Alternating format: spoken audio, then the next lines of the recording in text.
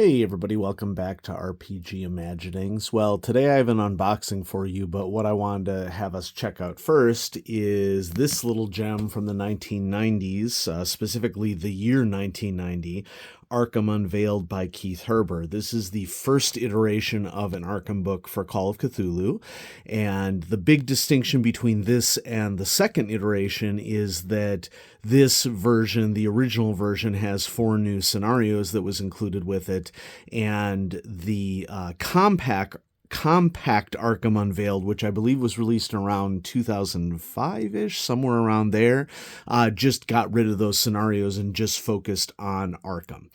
And this is an example of like a legacy product that I purchased for a high cost because I really wanted it to be part of my collection. Now, if we start looking through the book, okay, we can see that it came with some props, and these for the time were pretty basic props.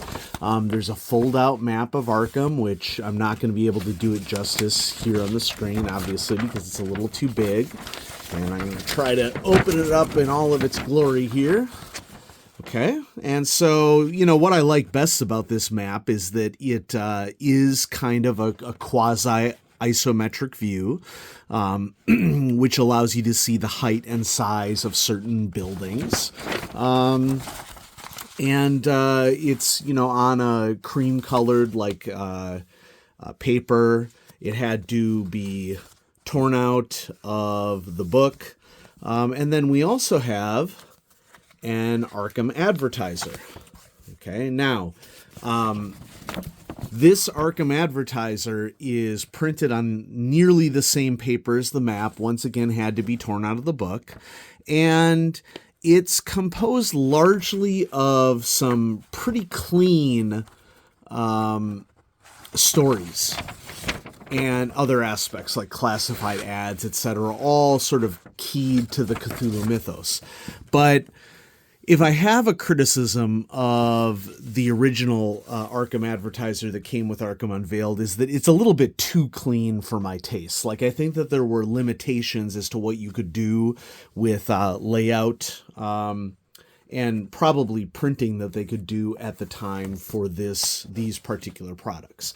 Now, Arkham Unveiled itself is a great source book. I mean, I would put this in amongst my top source books that have been produced for a role-playing game of all time. And it includes detailed information on Arkham. Here's our little neighborhood and trolley routes map, very much limited to grayscale under these circumstances. And then it details each of the neighborhoods with numbers for each of the buildings that correspond to entries. Now, that's where I bring up another criticism of the original Arkham Unveiled, and you can see it sort of here with the portraiture. The artistry in the portraiture is kind of limited. There isn't anything, I mean, it's not terrible, but it's also not good. I mean, a lot of the portraits that exist in this book follow a very specific, simplistic art style. And many of the entries are very limited. Okay, and so the docs gets 1, 2, 3 sentences. Okay, so not a lot of information for a keeper to go off of. This book is more designed for, in what I would consider to be the old style for role-playing games, which is it sort of gives you a framework, but then sort of expects you to fill in the rest. And we have mine is complete with the original order card that it came with. But ultimately, this is limited by the printing capabilities and ultimately the layout decisions that were made by Chaosium at the time. Nothing wrong with it. I think we can do better. And I think that Chaosium has now done better. And to point this out, we have a box. It's a chunky box. Okay. And we're going to bust this sucker open because this is the new and updated Arkham book for Chaosium 7th edition. And this is a book that gamers have been clamoring for quite some time. And It took a while, but, I'm happy to wait for products that are done well. I featured the PDF version of this about a week ago on the channel. And this is now, yoink, we'll get the packing slip out of the way. Yep. This is the print version, but also this isn't just any print version, to be very clear. When I got the PDF, and thanks for Chaosium for sending me the PDF. I really appreciate that. But when I saw the PDF, I knew that this is an example of a book that I wanted to get in a better format, a collector's format. Because given that Call of Cthulhu is very much my primary role-playing game, it's the role-playing game that I enjoy playing the absolute most out of all of them. And anybody who watches the channel knows that I enjoy playing a wide variety of role-playing games, but Call of Cthulhu is basically it for me in terms of, like, if I were limited to only one role-playing game for the rest of my life, it would be COC. Okay. So I spent a little extra money on this. And so in my prior video, which was sponsored by Chaosium, they were very gracious to send me the PDF, and that was the information that I needed in order to know that this would be the purchase that I needed to make myself. This is the Leatherette version of the new Arkham rulebook, and it is in a very splendid royal blue, maybe even leaning a little bit on a purplish blue, or I guess you could call it navy too. But notice how this is an update to the leatherettes of prior leatherettes that have existed for Chaosium products. And as per normal, I'm going to be super careful in opening it up. Looks like I got a little bit of a tear there already, so we're just going to not injure ourselves and put the unboxing knife away. But I am super excited to show this to all of you because not only is this a critical update for Call of Cthulhu 7th edition, but for me personally, this sort of stuff is why I love Call of Cthulhu.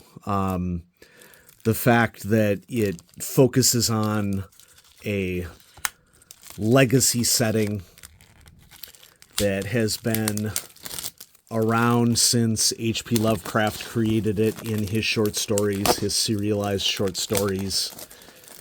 A fictional New England town, but one that you could imagine totally being there. And so, yeah, we're going to check this out. Okay. The shrink did not defeat me, but it was a battle. Okay. So, Call of Cthulhu Arkham. Let's crack it open and see what we got here. So, let's look at our props. Okay, right out of the gate. Here in the front, we have the Arkham advertiser. I think that this is a much more true to reality prop newspaper as compared to the prior one. It still has lots of references to the Cthulhu mythos. And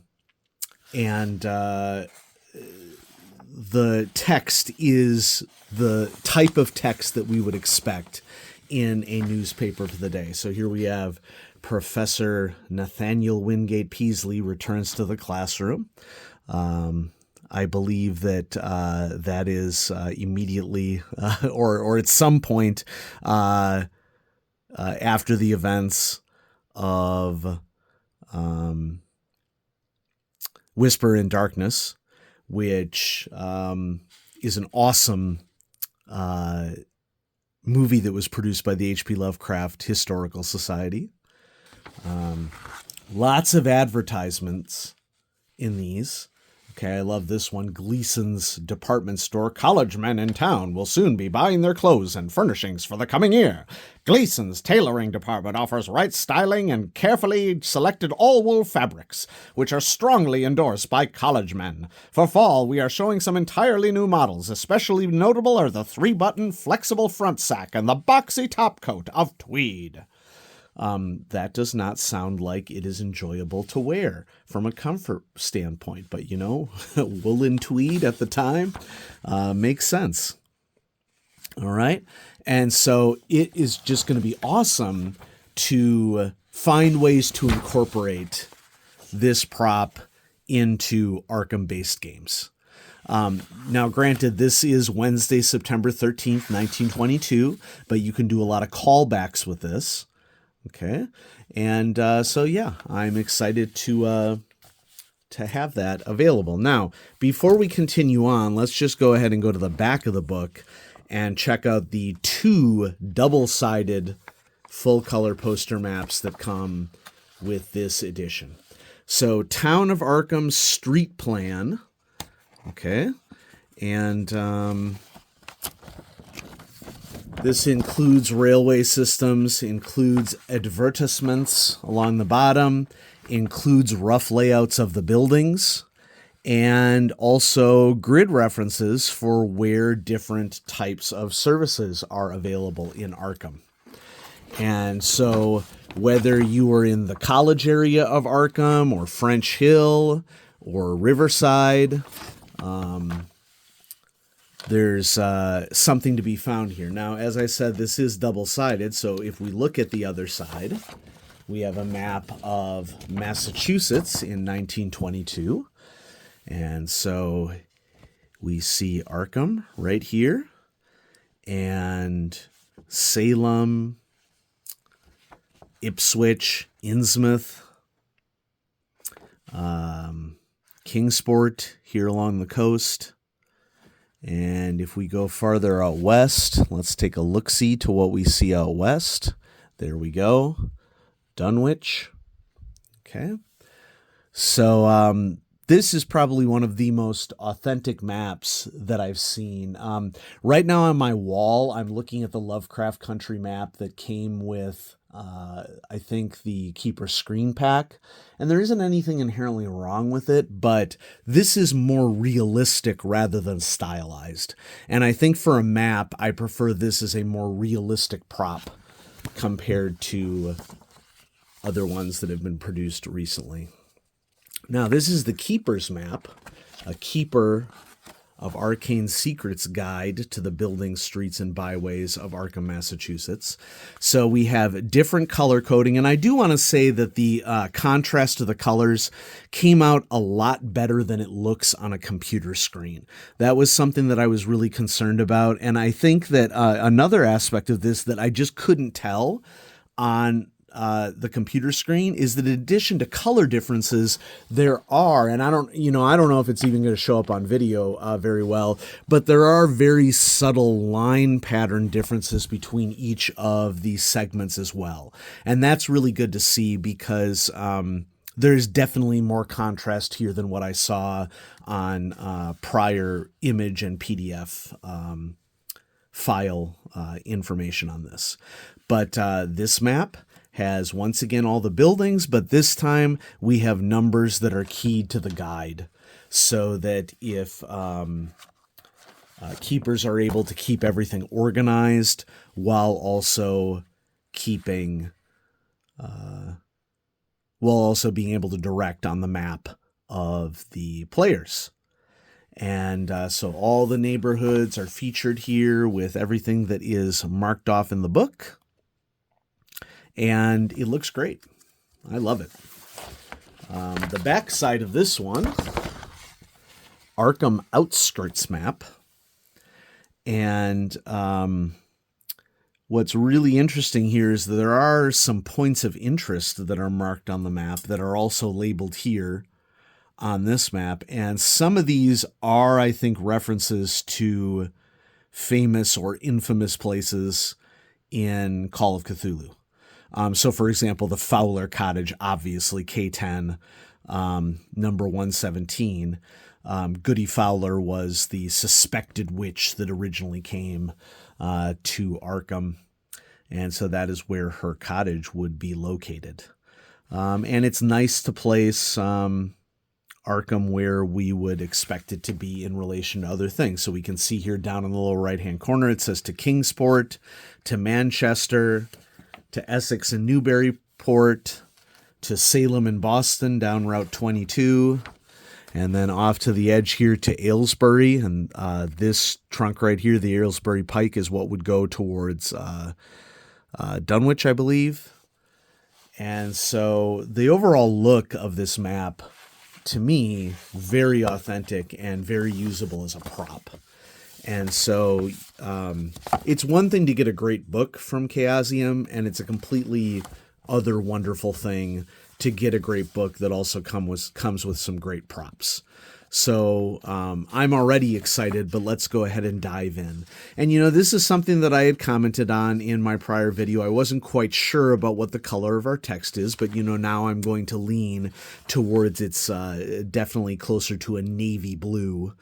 And there are aspects of this book that I had showcased on the prior video. And in this video, I want to do things that we didn't see in the last video. So here's chapter 1, an overview of Arkham. I do want to point out that Sumro has done art for this book, and Sumro is one of the great artists that Chaosium has highlighted and featured in a lot of works recently. I found out at Genghis Khan in Denver a couple of weeks ago that Sumro has art that is coming out in the Gaslight book. And I have a preview of what some of that art looks like from his portfolio, because I bought a little card pack from him of a portfolio of his major works. So here we have an overview of like a automobile crossing a covered bridge into Arkham. Okay, so here's our overview of Arkham, and it starts off with a little history. Okay. Where is it located? What kind of interactions happened with indigenous people? In this specific case, the Miscot people. History of Arkham, its relationships to the witch trials, what happens when strange meteors land around this area. And then here we have a little mini map that includes the different sections of town, the different neighborhood boundaries. And it is keyed in the same way it's keyed on the big map. We can generate some weather. How does law and order work in Arkham? The area map and travel distances. Overview of the Miskatonic Valley. There are some new character options here in Chapter 2, Arkham Investigators. So in addition to the standard stuff of like meaningful locations and significant people, I find it really cool that this is split up into a who or why table here.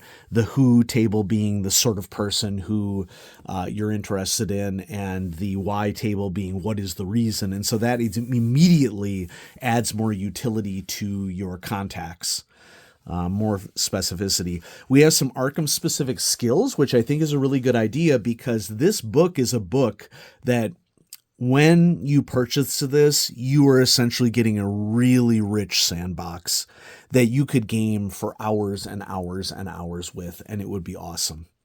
So if I were running a campaign exclusively out of Arkham in the 1920s classic era, Navigate Arkham makes sense. And History Arkham makes sense. Could you just take the Navigate skills and the History skills? Sure. But I also use skills in Call of Cthulhu for story rewards as a keeper. And I also use skills to flesh out characters based upon things that happen within game sessions. And I find that gives players a lot more ownership over their characters, because one of the things that I try to do is to give each character a unique skill based upon something amusing or meaningful meaningful that happens to them in the game. And that's what these skills are sort of in the vein of. We have Reassure, which I think is a really nice additional skill because it's an alternative to psychoanalysis that allows someone to help another investigator out with sanity issues. We have Religion as a skill, which probably should have been a skill all along in 7th edition Call of Cthulhu. So I think we are correcting an issue there. And then just some general guidance on improving skills, different options that you can have. Optional reputation mechanic, which this is a reputation. Whoa, okay. So it looks like my views suddenly changed. I don't know what happened here. I've been having weird camera oddities recently. So we'll see what happens when I actually look at the video for this. But yeah, okay, now all of a sudden we are out of frame. Weird. So we shall do this. And come on, there we go. And this up this. See? You know what happens, folks? Like your phone will get an update because I shoot all of my video off of my phone. And right now my phone is struggling with a new update with recognizing where it should be zooming in. Okay, so who knows what's going on here? Weird. I did not intend for you to get a look into the rest of the area, but here we are. Okay, so we're just going to recenter and go from here. Okay, clubs and societies. Gosh, great artwork. And then some Arkham miscellany, which includes things like how do you travel around Arkham? How do you get around? What are the rules about weapons? How can we adapt the setting to pulp? And then here we have a rumor table that is keyed in to specific locations that are arranged throughout the rest of the book. And this is a detailed table that includes many of the hundreds of areas that are detailed. We have information about the Arkham Coven as one of the organizations and individuals who are linked to that, including Keziah Mason and her rat familiar Brown Jenkins, but some other NPCs that are involved, all with updated stats. And then we're eventually going to get into the neighborhoods and where we can find different dwellings within the neighborhoods. It wants to zoom in on certain pictures. And then we get to our first neighborhood here, the north side, but I want to highlight a different neighborhood here. Let's go ahead and go with, French Hill is a classic neighborhood just to the east of campus. And many of these descriptions are much more detailed than the ones that were in the 1990 companion, Arkham Unveiled, and many of them also include new sections. So notable folk is something that I think was present in Arkham Unveiled, but historical and strangeness, these are new sections, or at least reorganized sections, so that you can key in what you want. And then each of these neighborhood maps is in an isometric view so that you can see the size of the different buildings, but as well as like flora and like detailed organization of the yards. And so I can see this being very useful, especially if you set an encounter in Arkham. Very useful for chases, like what are the backyards like as you're going through like a chase. And so this has all the details that a keeper would need. Now, here we have Mordecai Hammer O'Leary, who has been featured in all of my Call of Cthulhu campaigns. So I really appreciate that. The Pickman Street boarding house, a.k.a. the Witch House, features Keziah Mason and Brown Jenkins. And my camera's like, we need to focus on Brown Jenkins. I promise you folks, I am not telling the camera to do these things. In fact, I want it to zoom out now, and okay, it just did it. So who knows? I suddenly have focus camera features that I didn't even know that I had. Layout of the Imperial Theater, in case you want to set something in there. And then here we are at Uptown. Now, it's probably prudent here for us to look at the appendices as well, I think, because Chapter 4 is dominated by all of the neighborhoods. But then when we get to the appendices here, and this is a wonderful homage to the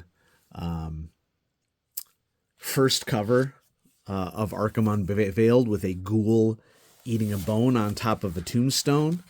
And if we turn to the front of the book, I believe we should see, there should be a picture of the cover art somewhere in here. You know what? I bet you it's in the very back then. Because when you have the, there it is. So there's the cover art of, at least part of the cover art of the book. If you don't get the Leatherette version. So we have ghouls confronting investigators. This is nice because it's more of an action scene. Okay, so let's check out the appendices now. Okay, Arkham names and chronologies with specific Lovecraftian elements that have happened. Okay, Appendix B is game aids, including all the tables that are present in the book, including the travel distances. This is super useful for a keeper, especially if you were intending this to be a sandbox book. Here we have a list of generic NPCs. And there are generic NPCs that are listed in other Chaosium books, but let's say that as a keeper, you just want to bring your Arkham book to the table and nothing else, you can totally do that. They have this covered for you. And while this may not be an exhaustive list of potential NPCs, so many of these NPCs could serve as proxies for whatever NPC that you want. Bibliography and resources, invaluable for really making a setting come to life. And so it's awesome to see this here. Websites and various licensees are listed. We